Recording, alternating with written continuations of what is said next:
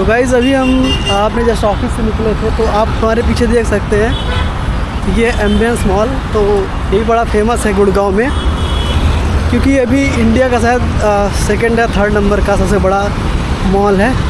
आइए हम आपको गुड़गांव दिखाते हैं सिटी, और यहाँ की IT कंपनीज़ दिखाते हैं आपको। और यहाँ पर देख सकते हैं ये लिंक्डइन, माइक्रोसॉफ्ट और बड़ी कंपनीज़ हैं, और यहाँ से